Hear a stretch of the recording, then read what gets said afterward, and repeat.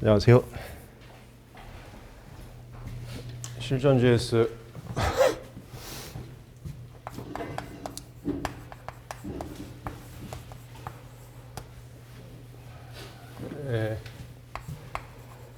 이래는 오늘 문제 절차 총칙 거절 이유. 근데 항상 이 쟁점만으로 실전 GS는 구성을 할 수가 없어요. 100점이다 보니까는 저 뒤 문제들도 좀 들어오긴 합니다. 이 거절 이유. 2회 거절 이유하고 출원 절차. 3회 심사관님 심사. 4회 특허권, 출시권, 질권, 그 다음에 배타권 침해. 5회 침해하고 그 심판 소송. 6회 대체적인 거예요. 다른 쟁점들이 들어갈 수밖에 없습니다. 7회부터는 랜덤, 전범위.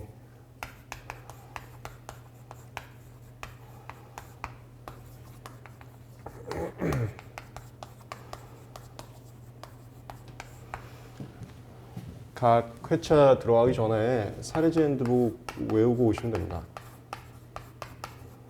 그 다음에 올해부터 제가 GS 바꿔봤는데 기초 GS도 마찬가지고 실전 GS도 마찬가지로 아직 저 목차 잡기가 안 되신 분들이 있을 수 있어서 목차 제공해 드릴 거예요. 이거는 오늘 받았죠? 문제랑 같이. 이건 볼 사람은 보고 자신 있는 사람은 보지 말고. 뭔 소린지 알죠?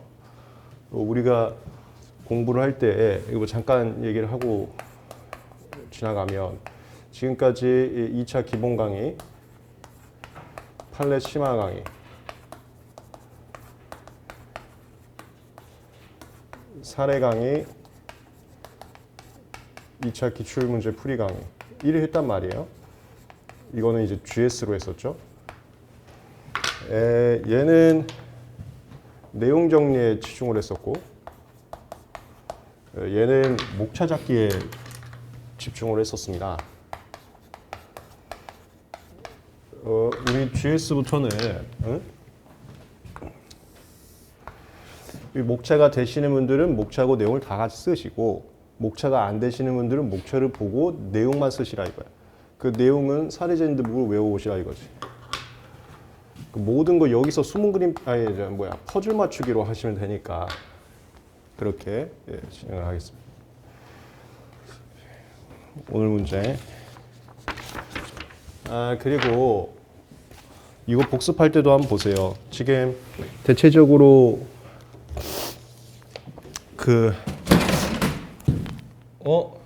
별일 없었어요. 대체적으로 보니까 목차가 이제 형성이 되신 분들은 형성이 돼 있어요. 근데 아직도 아이락 구조라고 하는데 그 틀이 안 잡힌 분들은 일관성 맞춤 연습 조금만 해보세요. 이거 목차 보면 모든 문제가 일관성이 있어. 문제의지, 의, 판단기준, 결론. 문제의지, 의, 판단기준, 결론. 제가 말씀드리고 싶은 게 뭐냐면은 그동안 2차 기출 GS도 하고 그 다음에 우리 계속 주말마다 줌 스터디도 하고 있잖아요. 보니까 어떤 문제는 문제의지를 써, 어떤 건 안 써, 어떤 건 검토를 써, 어떤 건 안 써. 일관성이 없더라고. 그러면은 전체적인 인상이 좋지가 않아요. 얘 보면은 전부 다 똑같잖아, 스타일이. 그거를 연습을 해보시라 이거야. 그래서 쓰실 때 안 보셔도 복습하실 때 한번 보면 도움이 될 겁니다. 문제 보면 1번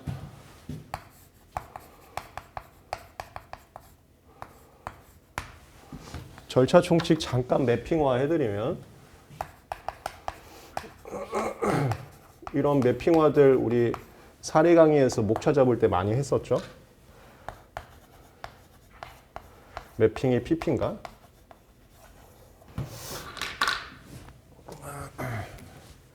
얘가 크게 절차 무효사유하고 반려사유가 있습니다.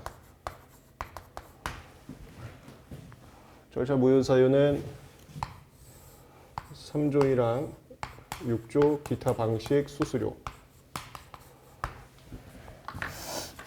이런 거 지나가다가 퇴근 문제로 나올 수 있어요. 이제 우리도 기회가 되면 연습할 건데 심사 청구료 문제 같은 거 있죠. 그런 거 수수료 얘기 나오면은 절차 총칙에서 요쟁점 추출하시면 되고 그동안 교수님 특강이나 기출문제에서 이쟁점 한 번도 나온 적이 없긴 해. 근데 미성년자 얘기 나오면은 저쟁점으로 바로 매핑만 하시면 된다는 목차 잡을 때. 그 다음에 이 문제도 마찬가지예요. 나온 적이 없어요. 교수님 특강하고 기출문제하고 나온 적이 없는데 갑자기 출전투 신청 후 불복. 근데 그건 난 문제 내기도 힘들 것 같아. 근데 출전투 신청 후 불복 나오면 바로 매핑을 하라 이거야. 아 절차 총칙 문제구나. 그 중에서도 무효사유 문제구나 이렇게. 반려 쪽은 낼 문제가 거의 없고요. 5조 제외자. 제외자하고 괜히 막 특허 관련 얘기 나온다. 5조 매핑하라 이거야.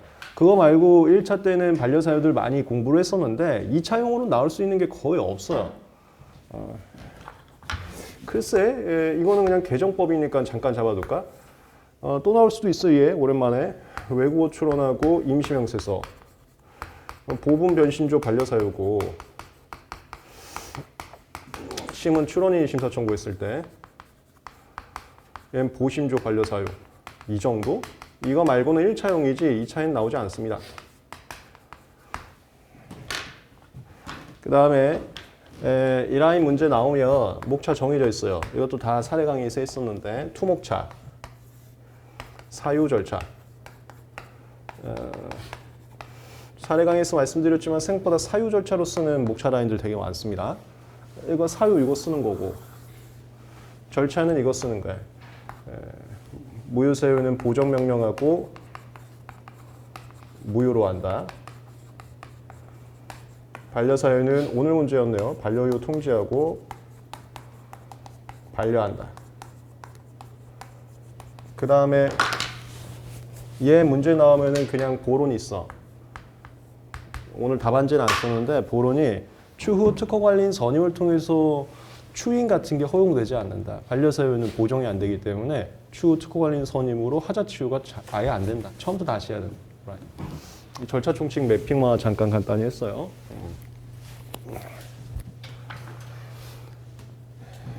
이걸 절차 총칙이라고 하지 말고 필기 다 했어요? 근데 방식이라고 할게.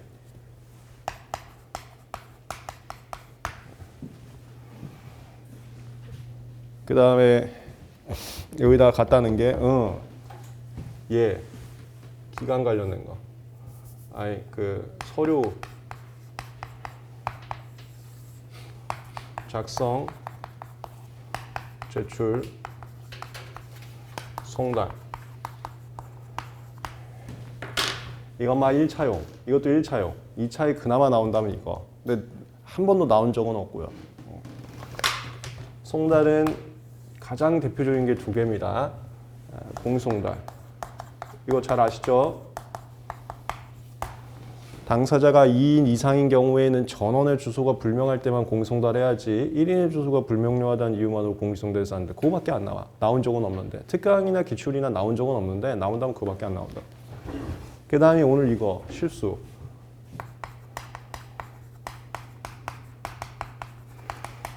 얘는 얼마든지 시험에 나올 수 있습니다. 작년까지 최신 판례가 또 있었어요. 그러니까 특허 사무실이 자꾸 실수하나 봐. 저거 어떤 상황인지 제가 이론 강의에서 다 말씀을 드렸었고요. 저 실수 좀 잡아주세요. 언젠가 나올 것 같아요. 물론 특강이나 기출에는 나온 적이 없는데 자꾸 특허본 판례가 나와. 저 실수가. 이거 실수는 목차 정해져 있습니다. 첫 번째가 이거 송달일이 언젠지. 그걸 송달 효력 발생 시점이라고 하죠.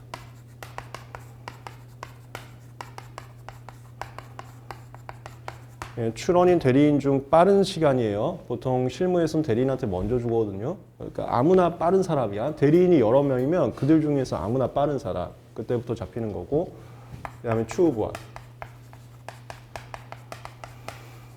추후보안은 이거 17조 빼고는 나머지는 정당 사유로 완화가 됐는데 17조만 여전히 책임질 수 없는 사유예요. 책임질 수 없는 사유로 쓰시면 되는 거야. 이거 오늘 나온 건데 이 책임질 수 없는 사유는 본인한테만 있을 것이 아니라 대리인, 대리인의 직원, 그걸 보조인이라고 하는 거기까지 다 없어야지만 인정받을 수 있다.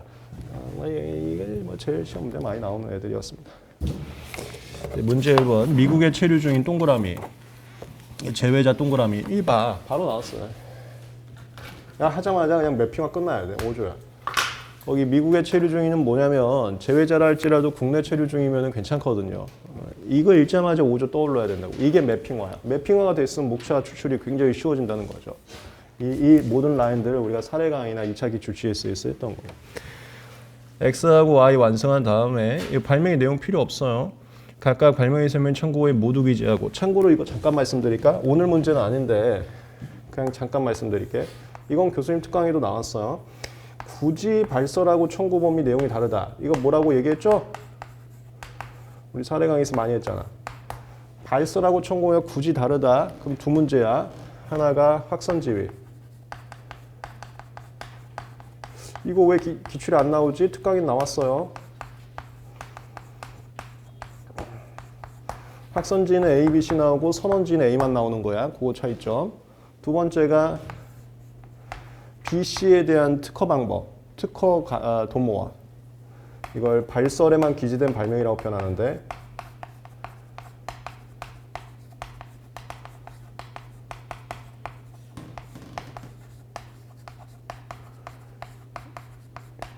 얘는 보정하고 분할하고 대비하는 식으로 접근하라 했습니다.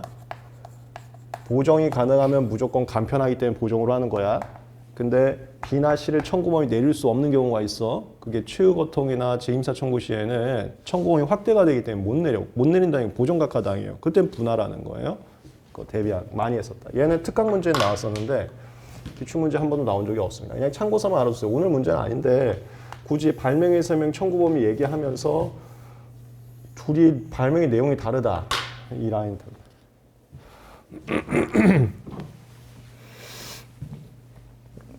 뭐 X, Y를 발설하고 청구범위 모두 기재하고 의뢰 특허 관리는 선임해서 포괄임 등록 동그라미 얘가 저거였어요.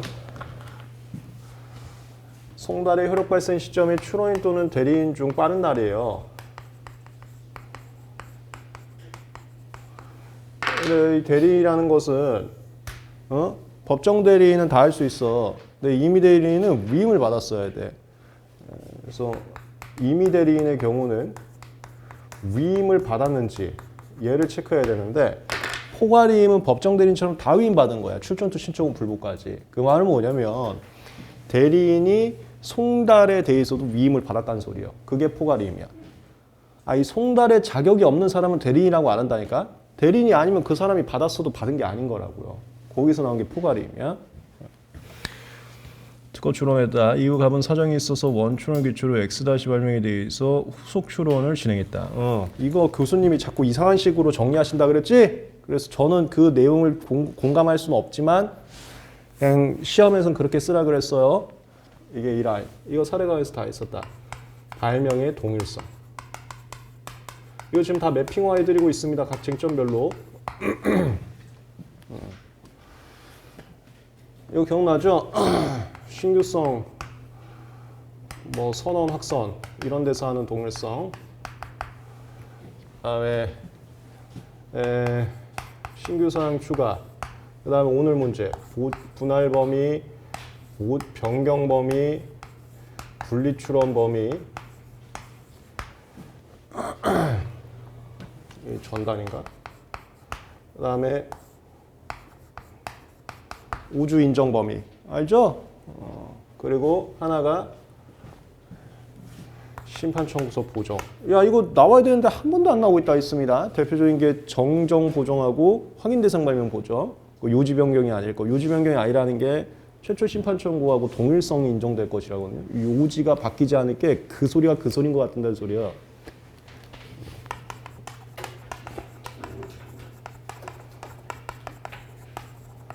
요 라인들. 얘는 주지간용 기술의 부가 변경 삭제에 불과하고 제일 중요한 게 새로운 효과 차이가 없다.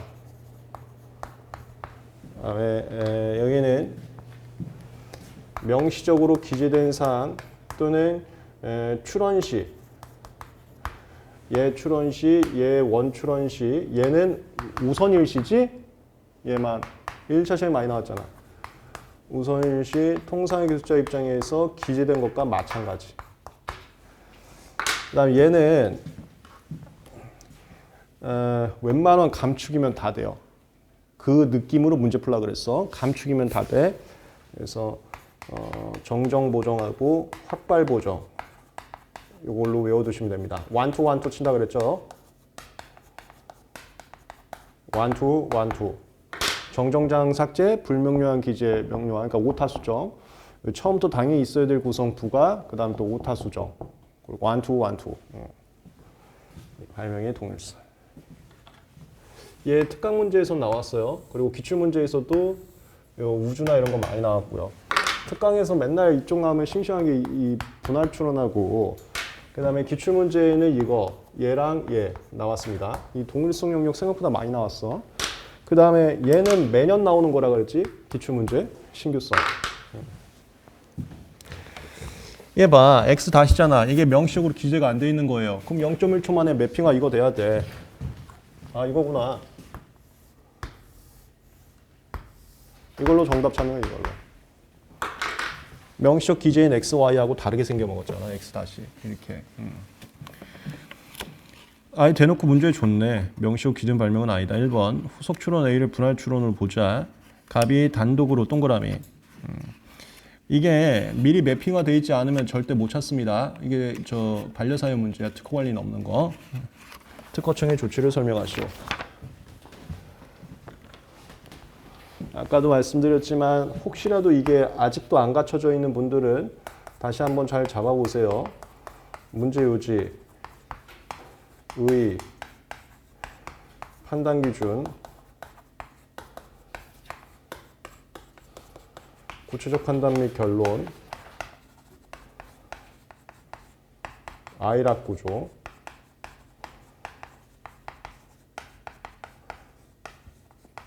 그리고 제 공식,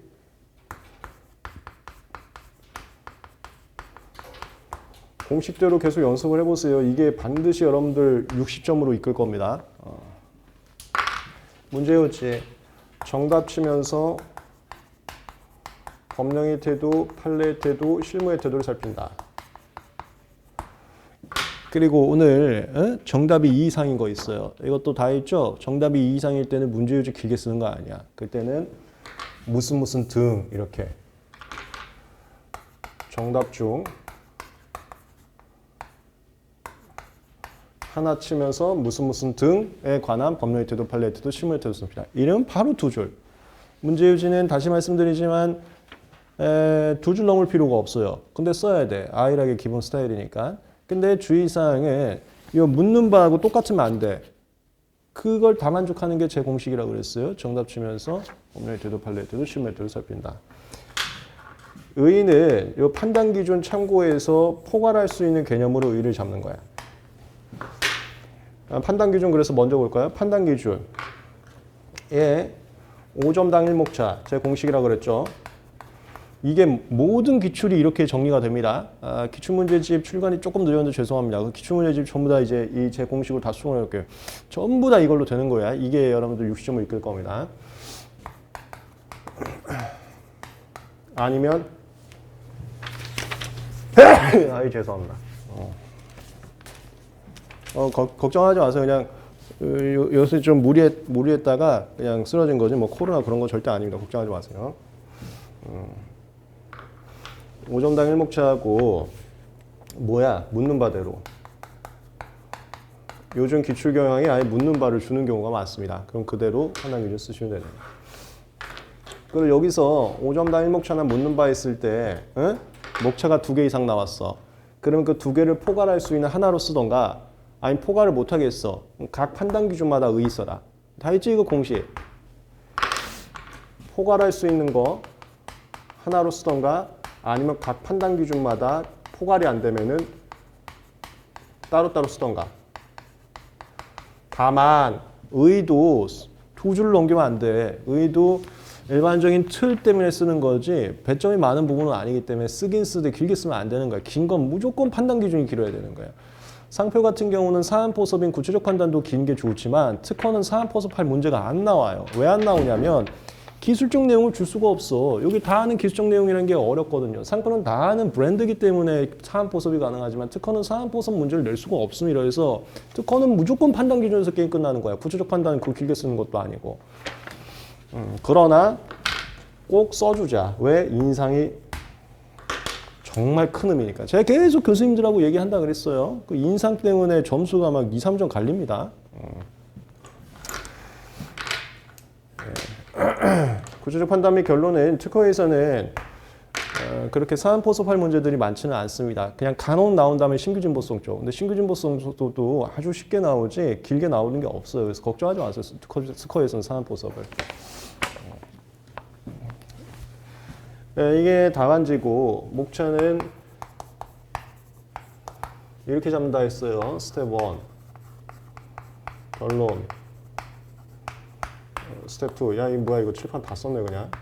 판단 기준. 스텝 3 의. 이거 말로 합시다. 저 다 써버렸네 칠판을. 1번 특허청의 조치. 정답은 예 반려예요. 특허 관련이 없기 때문에 예, 반려. 그 다음에 판단 기준 8점입니다. 그럼 제공시 5점당 1목차에 따르면 2목차가 필요해요. 여기서 다 했다. 이런 라인들은 사유 절차로 잡는 거야. 사유 절차. 사유 5조 절차. 반려를 통지하고 반려한다. 그런 특허 관련 추후선임으로 하자치유가 않는다. 예. 그 다음에 의의는 방금 판단 기준 2개였잖아. 그럼 이 판단 기준을 포괄할 수 있는 하나의 의의가 있으면 하나 쓰는 거고 이 2개의 판단 기준을 포괄을 못해 그럼 각각 의의를 쓰면 되는 건데 얘는 포괄할 수 있는 게 방식이. 방식으로 의의 쓰면 되는 거야. 목차 다 잡았다. 목차 다 잡았으면 내용을 쓰고 목차 못 잡겠다. 그러면은 아예 목차 보고 쓰고 그 내용은 뭐 하는 거냐. 내용은 글쎄요. 요즘에도 제가 이제 상담을 하면 저는 사례지 핸드북을 추천을 하는데 사례지 핸드북은 쟁점을 순서대로는 안 해놨잖아요. 순서대로 되어 있는 거를 그냥 무조건 좋아하시는 분들이 있더라고. 그 부분은 기본서. 그래서 기본서파 또는 사례지 핸드북파로 해서 내용은 이제 써보는 거야. 써보고 이제 계속 외우는 거야. 지금 이제 2월이고 3월부터는 이제 대부분의 친구들이 본격적으로 또 GS 시작하죠. 근데 그거 3월부터 시작하면 안 되는 거야. 사실 1월부터 시작했어야 돼요. 근데 이제 대부분의 친구들이 시작할 때는 다 같이 외운단 말이야. 그 의미 없어. 지금 빨리 본격적으로 시작하기 전에 여러분들 그 슬슬 다 외워놔야 돼. 그래서 제 추천은 상담할 때도 많이 말씀드렸지만 작년까지 민소특허는 좀 자신 있었으면 좋겠어. 올해부터 상표하고 이제 선택 좀 외워가는 식으로. 그래 하여튼 연습을 해보세요. 예, 답안지를 한번 보시면 되고요. 답안지 사유 절차로 써놨습니다. 사유가 방식 요건 흥결 여부, 절차가 특허청 조치였어요. 그 다음에 2번 후속 출원 A를 분할 출원으로 본다. 후속 출원 A가 분할 출원 범위 만족하게 한 요건. 이거는 뭐 기출문제나 특강이나 굉장히 많이 나왔습니다. 정답 원출원 시 통상이수자 입장에서 기재한 것과 마찬가지로 볼 수 있어야 돼요. 판단 기준 4점밖에 안 되기 때문에 완목차 바로 판례 쓰면 되는 겁니다. 근데 얘를 제가 투목차 해놨어. 투목차 해놓은 거는 그냥 이런 문제가 기출문제에 너무 많이 나왔고 전형적으로 목차 만들어놨어요. 그게 저거야. 발명의 동일성과 판례의 태도. 발명의 동일성과 판례의 태도. 의의는 분할 추론을 잡아놓으면 되겠습니다. 답안지 보시면은 1번 문제유지 정답 치면서 법령의 태도, 판례의 태도, 실무의 태도 살핀다. 2번 의의는 분할 추론을 잡았고요. 3번 완목차를 잡은 건데 여기 발명의 동일성이라는 게 그냥 기출문제 하도 많이 나와서 그냥 이렇게 동일성 판례 나눠놨으면 똑같은 소리야. 똑같은 소리인데 그냥 하도 기출문제 많이 나와서 이렇게 똑같이 써놨습니다. 그다음에 3번 분리추론을 본다. 이거 아직 시험 문제 안 나왔습니다. 난 작년에 나올 법했는데 안 나오더라고. 원래 우리 특강 교수님이신 이규 교수님께서도 나라면은 분리추론 내겠다라고 말씀하셔서 제가 작년에 실전 GS나 이런 데다 분리출원 신경을 좀 많이 썼는데 그러니까 교수님께서 추천해 주신 것은 분리출원 그냥 완전 조문 그대로요. 교수님께서 제안 주신 게 뭐였냐면 분리출원 추론 공개 시점 뭐 이런 거 제안을 주셨거든요. 완전 조문 그대로. 왜냐하면 이게 실무가 없으니까 판례 문제는 없잖아. 그럴 때는 그냥 순수한 조문 문제거든요. 네, 작년에 안 나왔죠. 그럼 올해도 여전히 이건 S급이야. S급. 정확하게 외워놔야지. 이번에 이제 분리출원을 본다. 그래서 제가 정확하게 외우라고 아예 생단문으로 준비한 겁니다. 분리출원 도입 취지와 시기적 요건. 그 다음에 이런 게 개정법 문제인데 개정법 문제는 특허청 설명자료로 나온다고 했어요. 그동안 기출문제를 보시면 그렇게 나왔었거든요. 분리출원은 왜 만들었는지 취지가 되게 중요합니다. 특허청 설명자료에서도 그거를 할당량이 꽤 있기 때문에 거기서부터 시작을 하는 거예요. 도입 취지와 시기적 요건을 설명하고 분리출원 범위를 만족하기 위한 요건을 설명하시오. 이게 뭐야? 이게 묻는 바 문제예요. 이게 요즘 최근 기출 트렌드, 묻는 바 문제. 이런 것들은 5점 당일 목차가 필요 없고 묻는 바대로 목차 잡아버리면 되는 거예요. 그리고 생단문. 생단문은 구체적 판단 및 결론하고 판단 기준이 겹칩니다. 그래서 구체적 판단 및 결론을 생략해도 괜찮습니다. 뭐 구체적 판단 및 결론 뭐 틱하게 한번 볼까? 도입 취지. 이거 분할 출원 남용 방지. 그게 어떤 의미인지는 이론 강의에서 다 했었죠. 그 다음에 시기적 요건은 기각신규 반납 30일. 그 다음에 분리출원 범위는 1, 2야, 1, 2. 1이 신규 사항 추가 금지. 여기 똑같은 거. 그 다음에 2가 더 있어요. 2가 52조의 2의 1항 각호지. 그게 원출원 청구 범위 내.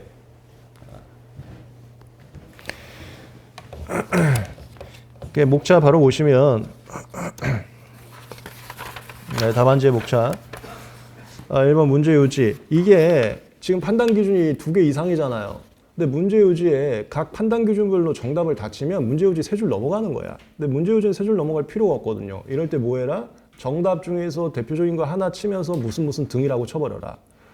여기 문제 요지만 볼까요? 분할 출원 남용 방지에 도입한 분리출원 취지 등. 이 취지 하나 정답 친 거야. 그 등에 관한 법령의 태도를 살핀다. 여기는 판단 기준이 여러 개지만 다 포괄할 수 있는 게 분리출원이었습니다. 분리출원 우위를 썼고요. 3번 이거 오타다. 죄송합니다. 이거 분할출원 도입 취지가 아니라 분리출원 도입 취지인데 오타네요. 죄송합니다. 분리출원 도입 취지. 이거는 분할출원 남용 방지 위해서 도입을 했다. 많이 말씀드렸었죠. 그 다음에 4번 시기적 요건은 30일. 그 다음에 객체적 요건은 신규 사항 추가 금지 플러스 원출원 거저 결정 범위 내. 원출원 거저 결정 당시의 청구 범위 내. 원출원 거저 결정 당시의 청구 범위 내.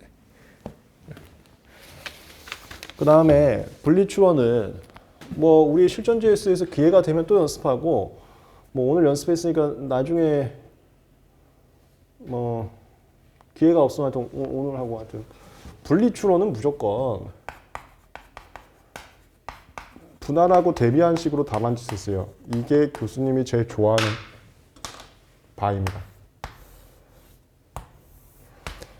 우리 1차 때 철저하게 조문특강이 대비였잖아. 그게 교수님이 제일 좋아해서 그래. 참고로 그동안 기출에서 교수님께서 대비를 원했던 라인들 잠깐 정리를 해드리면 저거 이거 모든 2차 강사들이 헛소리 해갖고 난리 났던 거 있죠. 요즘 2차 강사들이 쪽팔려갖고 2차 기출 해설도 안 하죠. 거절을 통지 후 출원인의 수단, 극복하기 위한 수단을 쓰시오. 이게 의견서, 보정서, 그 다음 보정으로 안 되는 경우가 있거든요. 저런 거. 보정으로 어떻게 치유가 안 되는 경우. 그때 분할해야 돼. 또는 대표적인 게 45조 위반은 보정으로 안 돼. 분할해야지. 이거 대비. 교수님께서 뭘 대비하시오를 이런 표현을 쓰기도 해요. 각각의 실익을 쓰시오. 이거 대비하라는 소리야. 그 다음에 두 번째, 거절 결정 받고 나서 출원이 할 수 있는 절차를 쓰시오. 이 재심사 청구하고 거부의심 대비. 대비식으로 가야 돼. 그 다음에 잠깐 기출이 또 뭐가 나왔었지?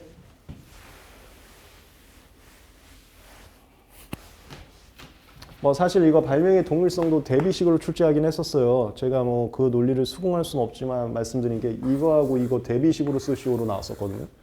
주제가 아닌 기술의 부가변경 삭제에 불구하고 소용효과 차이가 없을 것과 명세 기재권의 기재권과 마찬가지로 대비하시오 이런 식으로 나오기도 했었고 이 기출문제. 그래서 대비 좀 잘 잡아두세요.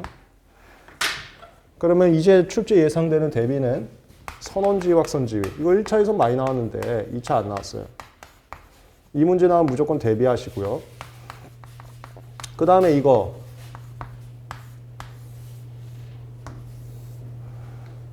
야, 이거 좀 칸이 없네.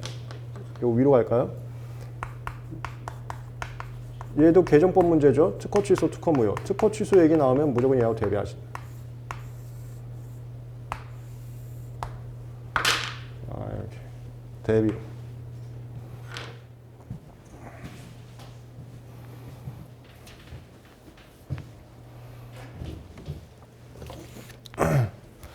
저것도 어설프게 대비식으로 기출문제 나왔었다.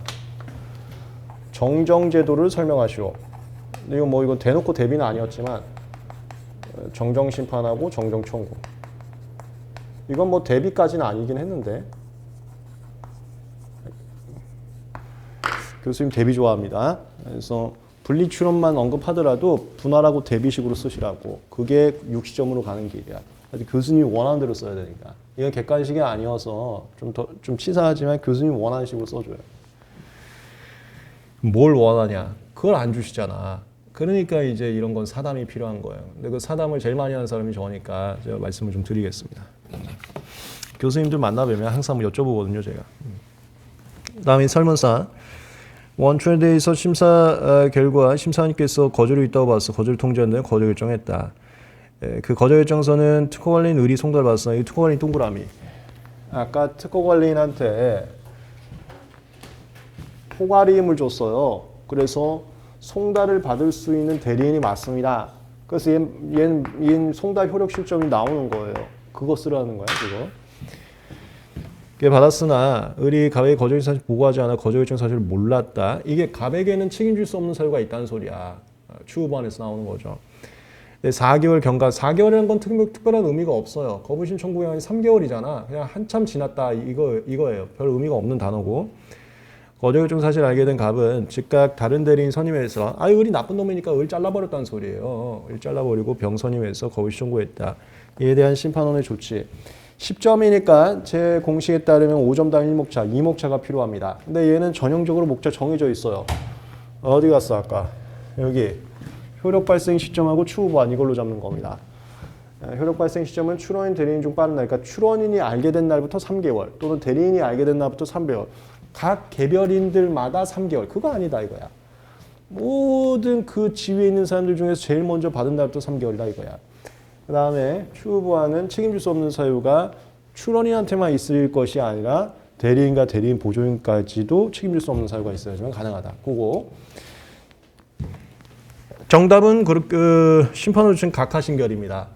여러분들 이제 2차 하면서 오해가 안 되겠죠. 이거 기간오바야. 기간오바는 반려사유하고 각하심결 사유가 겹쳐.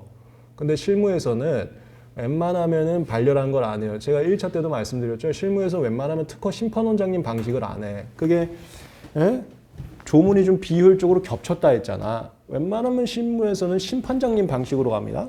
심판장님 방식으로 하면 기간오바는 각하심결이에요. 심판원장님 방식으로 하면 기간오바는 반려겠지만 뭔 소리인지 알죠? 이거 반려 쓰지 말고 각하심결 쓰라고. 모든 법적으로는 되는데 실무에서는 각하심결 쪽으로 뺀다고. 뭔 소리인지 아시죠? 정답은 각하심결. 그 다음에 판단 기준은 10점이니까 2목차인데 5점 더 1목차 있을 때 하나가 송달 효력 발생 시점, 하나가 추후 보완, 그리고 의의는 거부심 청구 기간으로 의의를 잡았어요. 만약에 거부심 청구 기간으로 의의를 못 잡으면 그 서류의 송달로 의의를 잡고 추후 보완으로 의의를 잡고 각 판단 기준마다 의의 잡아도 되고요. 근데 추후 보완은 제 사례 핸드북에 의의가 있을 거예요. 서류의 송달이라는 것은 의의가 없을 수도 있거든. 그러니까 의의가 없는 거는 제 사례제 핸드북을 다 외우시면 시험장에서 응용력이 발휘를 될 겁니다. 굳이 서류의 송달을 의의를 잡는다면 서류의 송달을 받아서 효력이 발생하는 시점을 말한다. 해당 효력은 기간의 기산점이 되어서 중요한 의미를 부여한다. 이런 거. 기산점이라는 게 뭔지 알죠? 지금 이런 거. 거부심 청구 기간도 3개월인데 3개월의 첫 스타트를 기산점이라고 합니다. 그게 내가 서류를 받은 날부터거든요. 그런 거에 의미가 있다. 이렇게 응용을 할 수도 있는 거예요. 답안지를 한번 쑥 보시면 되겠습니다. 그 다음에 2번. 이건 좀 뒤쪽 문제였었죠. 하여튼 실전 GS가 100점이다 보니까 앞뒤를 낄 수밖에 없습니다. 갑은 인자 X의 억제제로서의 락탐 함유 화합물, 이게 이제 아픽사반이라는 그 약이었는데요. 유도체에 관한 특허 발명 특허권자다. 갑은 을이 자신의 특허를 제조 판매하고 있다는 사실을 인지하고 을을 상대로 소송 제기했다. 이에 대응해서 을은 무효심판 청구했다. 1번 병 또한 갑 특허 발명 제조 판매하고 있는 중이다. 병은 갑이 자신에 대해서도 소송할까 염려돼서 무효심을 돕고자 한다. 이거 주구장창 제가 내고 있는데 기출에 안 나와서 그래요. 돕고자 한다. 심판원에서 할 수 있는 조치를 설명하시오. 이게 참가야, 참가. 지금 2차 기출에 뭐가 나왔죠? 특허권자의 조치들은 나왔어요. 그 0.1초 만에 쓰는 거. 민사상 침해금지 손해배상 신용회복, 형사상 반환사 불벌죄했지만 고소를 함으로써 적적 수사 요청, 그 다음에 심판상 적적 권한. 이거 우리 맨날 매핑하였잖아. 그건 뭐 맨날 시험 문제 나왔고, 그쪽 말고 제3자 쪽. 제3자 쪽이 저거야. 정보 제공한다, 특허 취소한다, 이런 쪽. 그거 아직 그 적적으로 잘 안 나오고 있고, 그 다음에 또 하나가 이쪽. 이거 제3자 쪽이잖아, 병도. 이게 남의 제3자한테 껴들어가 참가한다. 이게 제3가 쪽 실무상 조치거든요. 이런 게 변리사의 실무 능력 문제인 거지. 그거 좀 알아두세요. 이쪽 라인은 잘 안 나오고 있어갖고 이런 퇴근 문제로 간단히 나올 수 있습니다. 얘가 참가인데 가만히 있어봐. 참가 하나 쓰는데 7점이나 되잖아. 7점은 제 공식에 따르면 5점 단위 목차 했을 때 2목차가 필요합니다. 그러면 참가 하나 쓰면 안 되는 거야. 뭘 더 써야 돼. 그거 이제 고민하는 게 이제 목차 잡기인 거죠. 여기서는 제가 당사 참가, 보조 참가 대비를 한번 해봤어요. 참가라는 게 당사로 들어갈 수도 있고 보조로 들어갈 수도 있거든. 당사로 들어간다는 것은 내가 독자적으로 심판 청구할 수 있는 청구인 적격이 있을 때는 당사 참가 들어가는 거고, 보조로 들어간다는 것은 내가 독자적으로 심판 청구할 수는 없지만 이 심판의 결과에 영향이 있을 때 보조로 들어가는 건데, 이거 봐봐. 그 구분하는 게 아무 의미가 없어. 혹시 그거 기억나세요? 제가 수업 시간에 말씀드린 거. 저희 실무에서는 어떻게 하냐면, 이거 병 같은 사람은 당사 참가도 되고 보호 참가도 돼요. 아니 참고로 당사 참가가 되는 사람은 보호 참가 다 돼. 아니 지가 독자적으로 심판 청구할 수 있는 사람은 당연히 그 심판 결과에 영향이 있겠지. 당사 참가의 조건을 만족하면 당사 참가, 보호 참가 다 되는데, 제가 수업 시간에 말씀드렸잖아. 우리 그 선배 변리사님들이 참가하면 일단 욕먹기 때문에 안 하는데, 하더라도 보호 참가밖에 안 해. 응? 뭔 소린지 알겠죠? 사유가 겹치는데 실무에서는 보호 참가밖에 안 한다니까. 그건 이제 실무적으로 이해를 하시면 되는 거고, 답안지 용어는 당사 참가, 보조 참가 대비를 하나 더 쓴 거야. 왜? 배점이 7점이잖아. 7점이면은 참가에 대해서 아니 무슨 내용 나오면 보통 절차 내용은 주체기관서만 쓰는 거예요. 우리 연습 많이 했죠. 이건 특허청의 조치고, 내가 어떤 절차를 하는 사람이야. 절차를 하는 사람을 당사자라 그러죠. 당사자가 하는 절차는 아무 생각 없이 주체기관서만 쓰는 겁니다. 이거 너무 많이 했잖아. 1차 때부터 이렇게 했었잖아요. 참가도 내가 뭐 하는 거 아니야. 그럼 주체기관서만 쓰면 되는 건데, 그걸로 완목차밖에 안 나온다고. 그 투문차 하려고 당사차랑 분차가 비교적으로 같습니다. 그거 잠깐 답안지 내용을 보면 1번 이거 정답이 참가였어요. 병이 할 수 있는 조치는 참가니까 정답이 참가였습니다. 정답 치면서 법령의 뜻을 살핀다. 그 다음에 판단 기준이 2개였지만 하나로 포괄할 수 있는 게 참가이기 때문에 참가로 의를 잡았고요. 3번 일단 무슨 절차 나오면 주체기관서만 쓰고 시작하는 거예요. 심판 청구할 수 있는 자, 이게 당사 참가고 또는 이해관계, 이게 보호 참가예요. 심리 종결 전까지 참가 신청서 제출하면 되고, 그 다음 목차는 더 필요해. 이게 4번이야. 당사 참가, 보호 참가 대비했습니다. 이거 어떻게 되는 거냐면, 당사 참가의 이점은 그 심판 청구인이 심판을 취하더라도 이어받을 수가 있어요. 보조 참가라면 심판 청구인이 심판 취하면 그냥 나가리야. 없어져. 뭔 소리인지 알죠? 그럼 보호 참가 이점은 뭐냐? 이거는 알 필요가 없는데 답안지용으로 그냥 써놨어요. 수수료가 조금 더 싸. 수수료가. 그거 하나 대비 알아두시죠. 당사 참가는 보호 참가에 비해서 심판 청구 후, 취하 후에도, 그러니까 청구인이요, 속행할 수 있다는 이점이 있는 반면 수수료가 조금 더 비싸다. 이게 대비를 해놓은 거예요. 양자의 장단점이라고 하죠. 장단점. 그 다음에 2번. 우리 무효심판에서 선택 발명에 해당하나 이질적이거나 양적으로 현저한 효과, 기재적 진보성 부정된다. 이게 이 사건이었죠. 이렇게 주장했는데 아니다. 이질적이거나 현저한 효과가 없어도 진보성 인정될 수 있는 경우가 있다는 게 판례였습니다. 이거 매핑화 또 해볼까? 여러분들 이거는 이제 그 누워서 떡 먹기죠? 얘는 계속 S급이에요. 안 나왔으니까 시험 문제. 매핑화 또 해보자. 이건 그냥 0.1초 만에 나오셔야 되는 거야. 야, 이게 저 칠판은 너무 그 생각 없이 다 써버려갖고.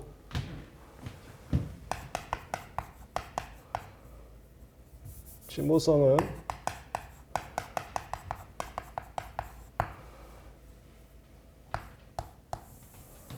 구성의 곤란성이 있거나 효과의 현저성이 있을 때 인정이 되고요.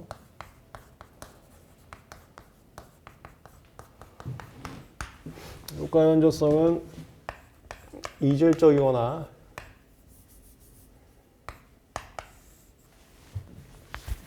야, 죄송합니다.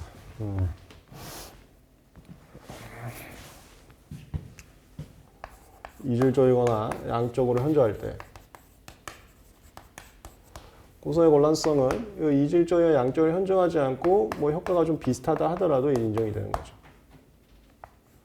그래서 구성의 곤란성이라는 건 뭐냐면 뭐야 걔도 그런 비슷한 효과 나왔어? 아 걔도 그런 효과 갖는 거였어? 그런 효과를 갖는다는 것 자체가 예측이 곤란하다. 얘 둘을 포괄하는 말이 진보성이라는 것은 예측 곤란 효과가 있을 때 인정을 합니다. 이거를 이렇게 이해하시면 돼. 진보라는 한문의 사전적 단위가 더 나음이잖아. 더 나음을 그대로 해석하면 얘만 더 나음이잖아. 그래서 과거에는 얘만 있어야 진보성이 있는 건가라고 생각을 했는데 일본에서 건너왔다 했지 기술의 풍부하라고 해서 더 나음이 없다 하더라도 소비자들에게 선택권을 부여하는 것 자체도 특허법이 추구하는 산업 발전에 도움이 되는 바 그것도 진보하다고 하자. 더 낫다고 하자. 이렇게 된 거야. 그래서 구성의 곤란성이 있어서 효과가 대등해서 효과상으로는 더 나음이 없어도 진보성을 주거든. 여러분들 오해하시지 마.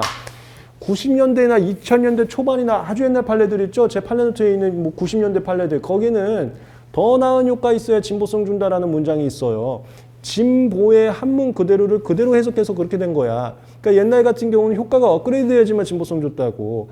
그러다가 2000년 초반에서 후반까지도 아니야. 초반 들어오면서 일본에서 건너온 거예요. 일본에서 더 나음이란 게 없다 하더라도 소비자들의 선택권 주는 것도 산업 발전이 촉진되는 거기 때문에 그것도 진보성 줘라. 그러면서 나온 게 구성의 곤란성이고 나중에 여기 계신 분들 기계 분야 하실 분들은 기계 분야는 더 나은 효과 없어도 다 특허돼.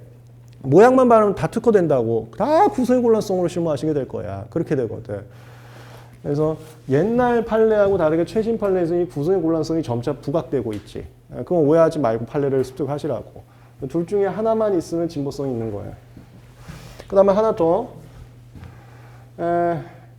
우리 진보성 가게 되면은 명세서 기재가 항상 꼬리물어서 세트 메뉴로 따라온다 했습니다. 효과라는 것은 기재됐거나 추론식 기술상식으로도 기존 것과 마찬가지만 주장할 수 있거든요. 여기 양적 현저는 여기 밑으로 갈까? 정성적 기재만이 아니라 정량적 기재까지 써놔야 돼. 이 정량적 기재가 실시에, 이 실시에가 사용예 얘기하는 거야. 사용예를 써서 수치상으로 효과를 써놔야 돼. 효과를 수치로 써놔야 돼. 나머지는 정성적 기재만 있으면 되죠. 여기도 정성적 기재만 있으면 되죠. 이게 세트 메뉴 매핑화.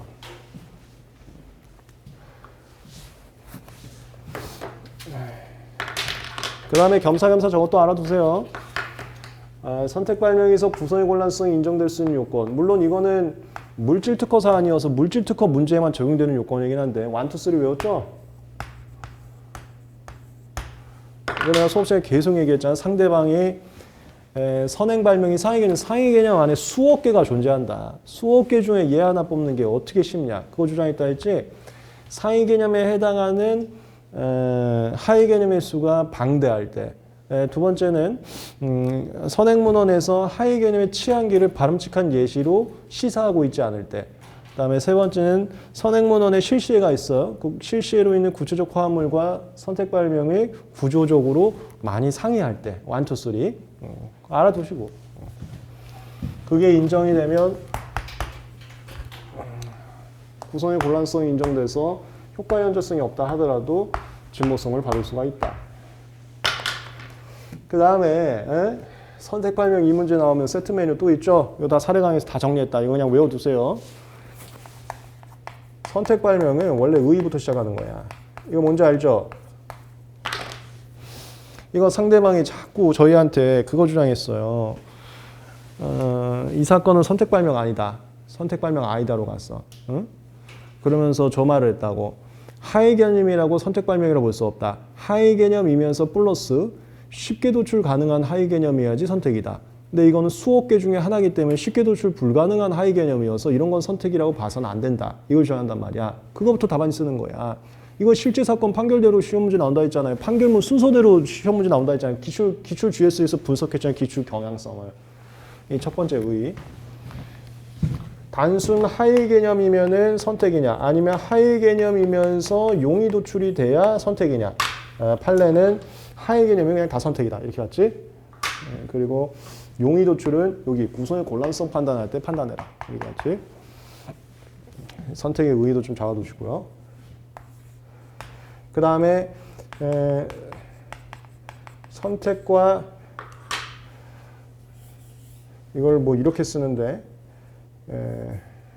뭔지 알죠? 과거에는 구성의 곤란성이 인정되는 케이스가 없었어요. 효과 연저성이 있어야지만 선택 발명의 진보성을 줬었는데 이걸 엄격하다라 그래. 진보성 받기의 요건이 엄격하다.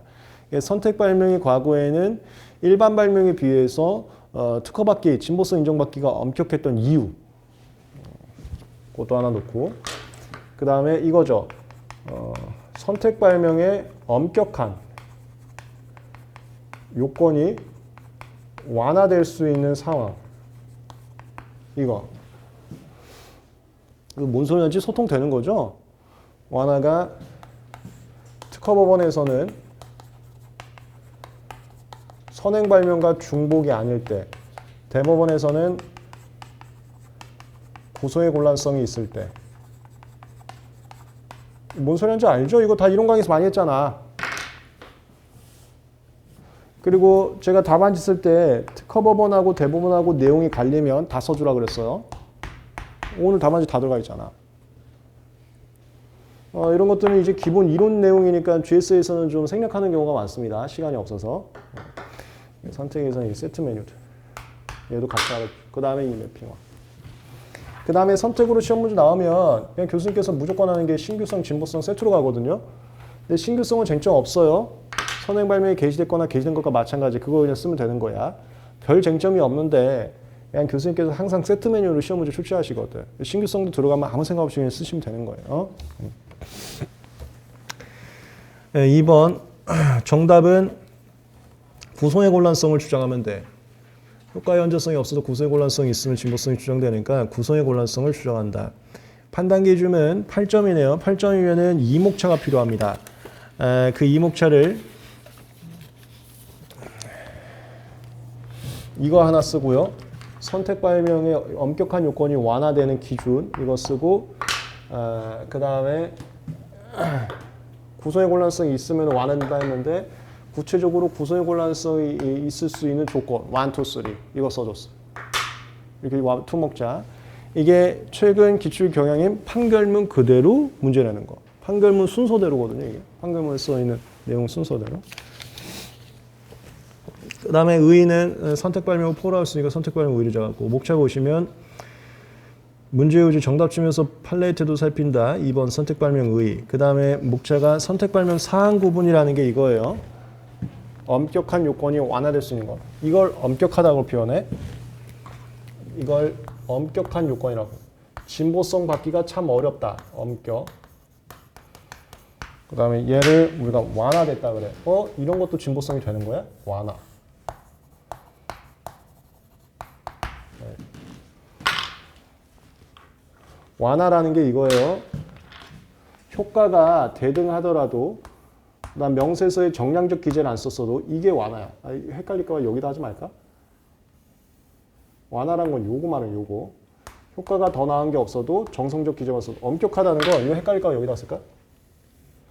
엄격한 거의 대표적 케이스가 얘야. 얘. 양적으로 현저해야 되고 정량적 기재까지 써놔야 되고. 야, 뭐 이렇게 치사하게 하냐? 이게 엄격이야. 이 엄격이 필요 없는 경우.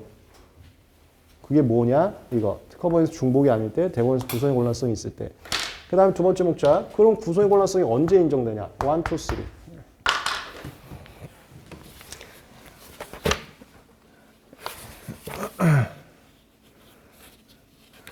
아, 근데 여기서는 그렇게 잡아놨네요. 이 두 개를 다 합해서 한 목차로 잡아놨네. 이거하고 이거를 다 합해서 한 목차로 잡아놨고, 다른 목차가 그게 아니라 이거네요. 구성의 곤란성이 있으면 효과가 양적으로 현저함을 일적이 아니고 정량적지위가 없어도 진보성 인정될 수 있다. 그걸 써놨네요. 4번 목차 보시면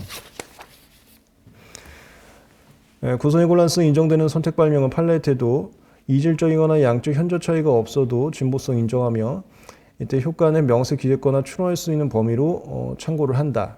이게 정량적 기재까지는 뭐 필요 없고 일반적으로 판례에 써놓은 문구 그대로입니다. 이게 그냥 이 문구 그대로 일반로 기재된 걸로. 이거 선택 발명 우리 이론 강의에서 많이 했었습니다. 잘 잡아두시고.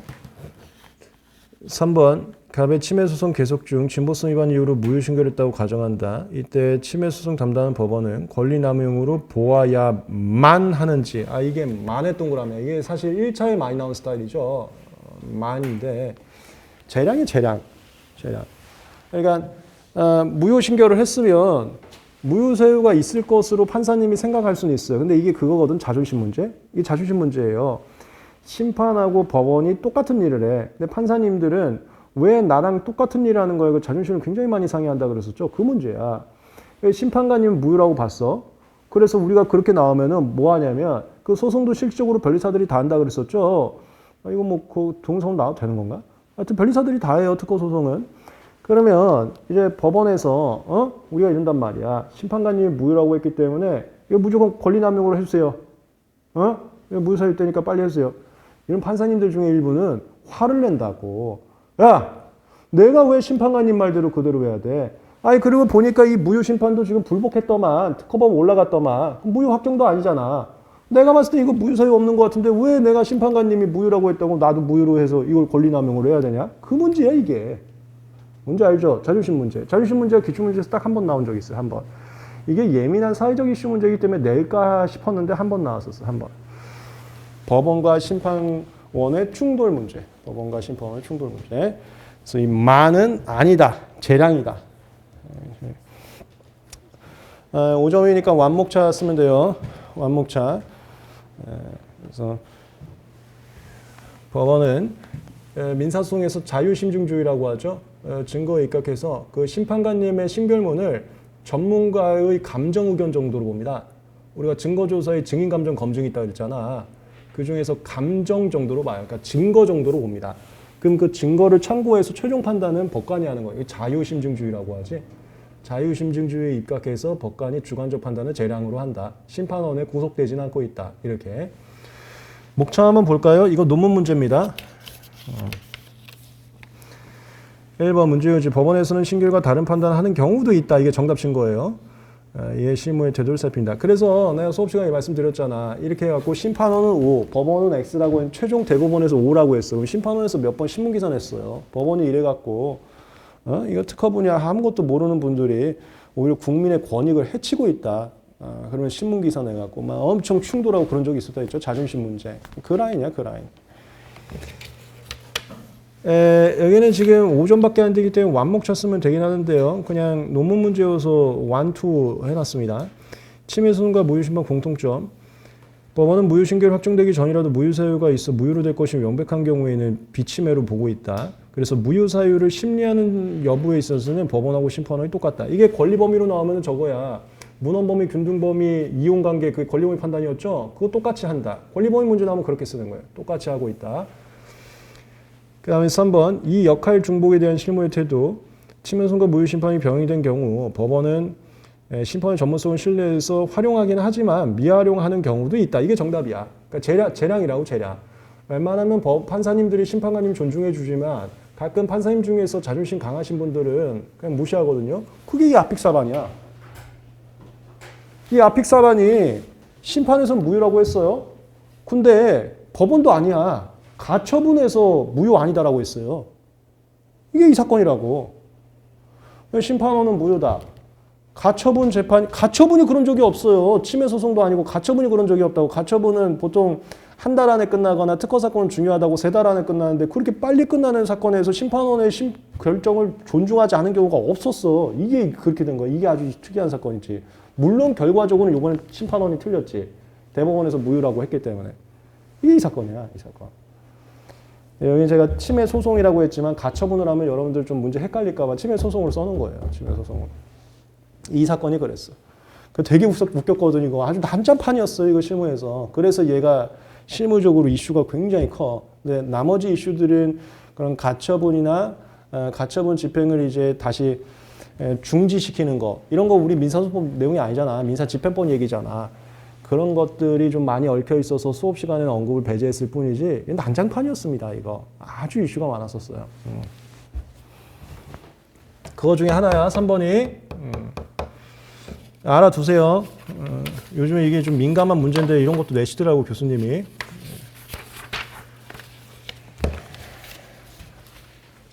그 다음에 뭐 논문도 이렇게 나와서 논문 제목도 좀 써놨습니다. 심판과 침해성의 비교 연문 논문. 그 다음에 3번. 이거는 왜 시험 문제 안 내는지 모르겠습니다. 이거 나와야 돼. 이게 주지의 부합이죠. 매핑화하면 제가 이 과정을 특허청에서 전담하고 있는데요. 주지부합. 얘 다 사례가 정해져 있고요. 뭐 추가 사례 없어요. 그냥 외워두시면 돼. 더 그 밖에 사례가 없습니다. 아예. 하나가 디스클로저 1으로 진보성을 했어요. 그 이후에 디스클로저 1+2로 했어요. 이것은 디스클로저 2가 주지관용 기술이냐 아니냐는 아무 상관이 없어요. 그 1차 시험에서도 그런 식으로 헷갈려 봐라라고 출제하시더라고. 이거 1차 시험에도 많이 나왔거든요. 2차만 안 나왔지. 주지관용이냐 아니냐는 시험 문제 정답하고 상관이 없습니다. 무시하는 거야. 디스클로저 1을 보충하는 거냐. 이게 핵심이야. 보충이냐 아니냐. 보충이라는 의미가 뭔지 수업 시간에 말씀드렸었죠? 이게 디스클로저 1 보충이냐 아니냐. 이걸로 정답 치면 돼. 보충이면 괜찮고 보충이 아니면 새로운 거절이어서 안 돼. 다음 두 번째, 이거 1차 시험에 맨날 나왔었지. 우선권 주장, 불인정 사유, 통지 안 했다가 나중에 통지하는 거. 이거 새로운 거절이고, 그 다음에 일로 가야겠다. 초록으로 냈다가 전문으로 내는 거. 이거 괜찮고. 그 다음에 최근 판례에서는 이런 거 계속 나오더라고. 최신 판례에서. 1항으로 거절 이후 통지했다가 1항 27항으로 거절 결정. 이게 27항을 거절 이후 통지에 포함되어 있지 아니한 사유가 포함된 경우. 이렇게 표현해요. 얘도 괜찮다. 그 다음에 요거. 주선행 발령 변경.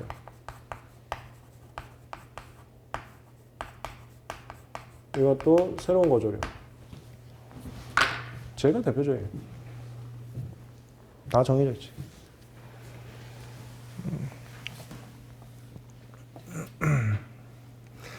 (1번은) 우주 통지 안 한 거고요. 2번은 증거자료 지금 더 추가한 거였죠. 보충인지 아닌지로 정답 찾으시면 되고, 3번은 주 선행 발명 변경한 거였습니다. 답안지 한번 보시면 되겠습니다. 그다음에 마지막 4번 문제 보겠습니다. 이거는 이제 변호사 기출 쪽 내용이었는데요. 좀 내용은 쉬워. 좀 난이도가 낮아. 변호사 쪽이 난이도가 낮으니까. 근데 가져온 이유가 작년에 주군장창 얘기했던 그게 하나도 안 나왔어. 그 29장 각호지 나와야 되거든요. 그게 우리 2차 기출에 한 번을 안 나오고 있어.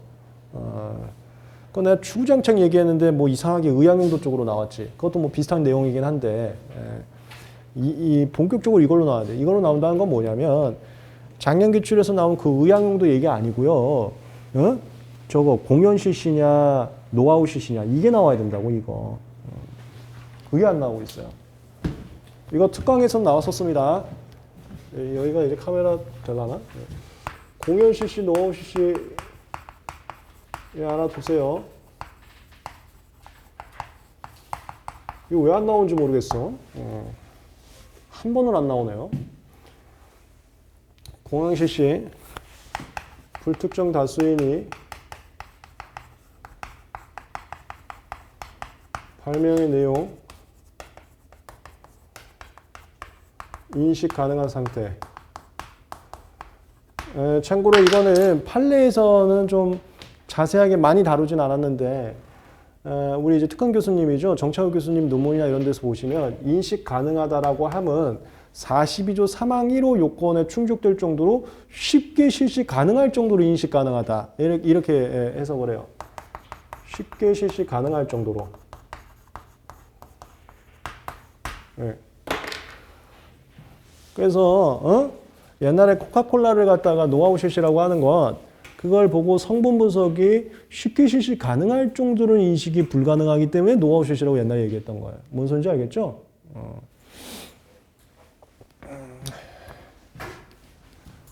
불특정 다수인이라는 것은 비밀 유지 의무 있는지 없는지. 제가 작년에 주장창 강조했던 게 저거지. 야, 이거 사안 문제로 내기 너무 좋다. 그리고 최신 판례도 있기 때문에. 이거 비밀 유지 의무 있냐 없냐 분석하는 건 일반 민법적 사안이기 때문에 구체적 판단 쓰는 사안 포선 문제를 얼마든지 낼 수 있다.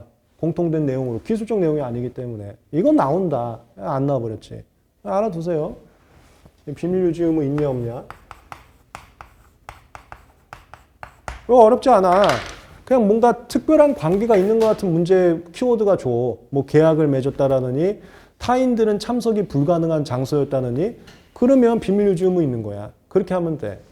아주 더 심플하게 해드릴까? 계약서가 있다. 비밀 유지 의무 있는 거야.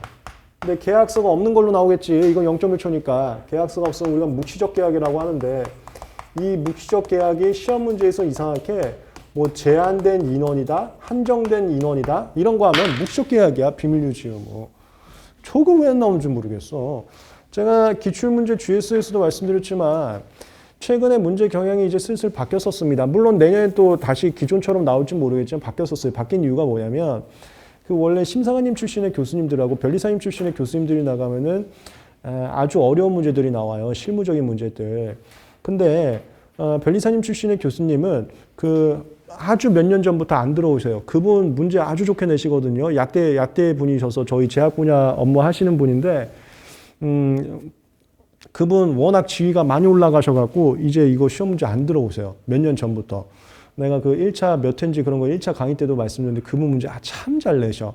그리고 몇 년 전까지 특강도 가셨는데 이제 특강도 안 하시더라고. 그분 안 들어오시고요. 그 다음에 이제 많이 들어오신 분이 우리 특강 교수님이시잖아. 정창욱 교수님. 그분도 이제 안 들어오세요. 그 다음에 이제 많이 내시는 분이 대학교까지 얘기를 드릴 수는 없고 저쪽에 계신 심사관님 출신의 교수님이신데 그분 열받으셨어. 내가 계속 얘기했잖아. 수험생들이 자꾸 국민신문고에 올려갖고 제가 알기로는 열받으셨어요. 그분 안 들어오세요. 그러면 들어올 사람이 없는 거야. 특허법 교수님이 대한민국에 몇 분 계시지도 않는데. 그래 자꾸 요즘에는 우리 특강 교수님 이규 교수님처럼 특허 쪽 전문이 아니고 법대 전문가 교수님들 그분들이 들어오세요. 그러면은 그분들을 실무적인 것보다는 민사법 낸단 말이야. 법대 전통 전문가님들은 민사법이 기본 베이스이기 때문에 민법적 관계 낸다고요. 계약서 문제. 민법 무조건 계약서란 말이야. 저거 계약서잖아. 저게 내가 그랬잖아. 가불병 주구성 권리관계 문제 나오는 거. 그것도 목차 다 잡아드렸죠? 권리관계 분석하고 권리 행사하는 거. 그걸 법적 지위, 권리 행사 이렇게 한다 그랬잖아. 그것도 연습을 해주셔야 돼. 왜냐하면 이제는 이런 교수님들만 들어오세요. 종래 교수님들이 화가 나셨어. 제가 알기로는. 뭔지 알겠죠? 그거 하나 두세요. 저런 것도. 저런 스타일을 우리가 하던 실무 스타일하고 완전 가만히 쓰는 방식이 되게 다르거든. 정답 찾기도. 연습 좀 해놔야 돼. 뭐 어쨌건. 이거 언젠가 나올 때 돼서 그냥 참고 삼아서 요 좀 난이도 쉬운 걸로 가져왔습니다. 1번이 공연 실시냐 노하우 실시냐고요. 여기서는 지금 이게 공연 실시인지 노하우 실시인지 이 사안만으로는 자세한 내용을 판단할 수가 없어요. 그래서 여기 가정적으로 쓰시면 되는 거예요. 가정적으로. 그 다음에 지금 이런 건 이제 문제를 읽어가면서 센스 발휘하는 건데요. 봐라. 2번이 1년을 넘지 않았다면 신규성 충족하는지라고 되잖아. 이건 뭐겠어? 1번에서 공연 실시라고 봐야지 이걸 쓸 수 있는 거예요. 1번에서 공연 실시도 아니면 이거 공지를 뭐하러 해? 공지도 아닌데? 이런 건 그냥 문제 센스야. 1번 교수님 원하는 건 공연 실시로 그냥 치고 가기를 원하시는구나. 공연 실시로 해서 공지를 쓰고 2번에서 공지긴 하지만 공지에 주장한다. 이렇게 쓰는 거고. 그 다음에 이거 5점밖에 안 되기 때문에 완목차.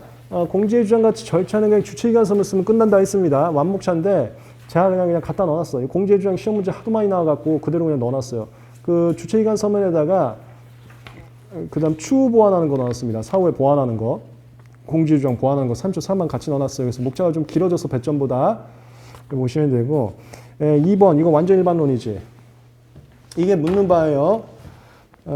묻는 바대로 산업상 연관성, 신규성, 진보성으로 쓰면 되고요. 산업상 연관성 이거 우리 시험에 한 번도 안 나왔습니다. 너무 유치해서 안 나온 것 같아. 근데 그냥 알아두세요. 우리 시험에 한 번도 안 나왔으니까 나올 수도 있잖아. 물건 발명은 무조건 산업상 연관성 인정합니다. 그 의료행위 가는 거 이것도 매핑화 다 했었다. 이거 우리 공식처럼 했었죠? 이거 우리 공식화 했었어요. 기억나죠? 스텝 1 청구 범위 보세요. 여기에 방법이라고 써 있어야 됩니다. 이것처럼 반은 물건으로 써 있으면 무조건 산업상 이용 가능성 있는 거예요. 그 다음에 스텝 2 또 청구 범위를 보세요. 동물 한정이란 말이 있으면 또 괜찮습니다. 이 말이 있는지 없는지를 보는 거죠. 그 다음 마지막 스텝 3 발명의 설명을 보는 겁니다. 여기에 치료효과라고 써 있어야 돼요. 저기에 미용효과나 비치료효과로 써 있으면 또 의료행위가 아닌 거야. 저 조건을 1, 2, 3를 AND 조건으로 다 만족해야지만 산업성 가능성이 없는 거고요. 저 세 개 중에 하나라도 만족을 하지 않으면 산업성 가능성이 있는 거고. 이건 바로 스텝 1부터 잘렸네. 물건이니까. 응? 산업성 이용 가능성 있고요. 참고로 이게 의의를 포괄하기 애매해서 산업성 가능성, 신규성, 진보성을 뭐 포괄한다면은 거절 이유로 포괄하는 건데 거절 이유 포괄하는 거 말고 한번 색다른 의의 잡아드리려고 산업성 이용 가능성 의의를 여기다 써놨어요. 이 의의 사례제 핸드북에 없는 내용이거든요. 참고 삼아 알아두시고 필요하시면 오류 붙여갖고 단권하셔야 됩니다. 얘네들은 제가 개별적으로 의의 잡아놨어요. 산업성 이용 가능성 의의 판례 결론 잡았고 그 다음에 신규성. 이게 문제가 애매해.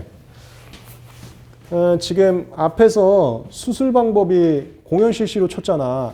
근데 그때 그 수술 바늘이 있었는지 없었는지가 문제에서 명확하지가 않아요. 그래서 수술 바늘이 그때 눈에 보이지 않았다면 신규성 인정될 거다. 뭐 이런 식으로 해놨어. 근데 그때 이 수술 반응이 없었을 것 같아. 왜냐면 교수님이 괜히 거기에 이런 게 센스거든요. 괜히 바늘 앞에 새로운 고리 모양이라고 써놨어. 그거 신규성 쓰라는 소리거든. 아니 새로운이 신규잖아. 이런 게 문제 읽다가 뭐야 이 단어. 얘가 사안포섭에 집어넣는 단어들이에요. 다시 말씀드립니다. 문제 읽는데 뭔가 느낌이 찜찜해. 그거 사안포섭에 쓰라는 단어입니다. 그 문제에 새로운 고리 모양이라는 게 나옵니다. 사안포섭에 넣어야지. 그 신규성 있다라고 쓰라는 소리잖아. 뭔가 느낌이.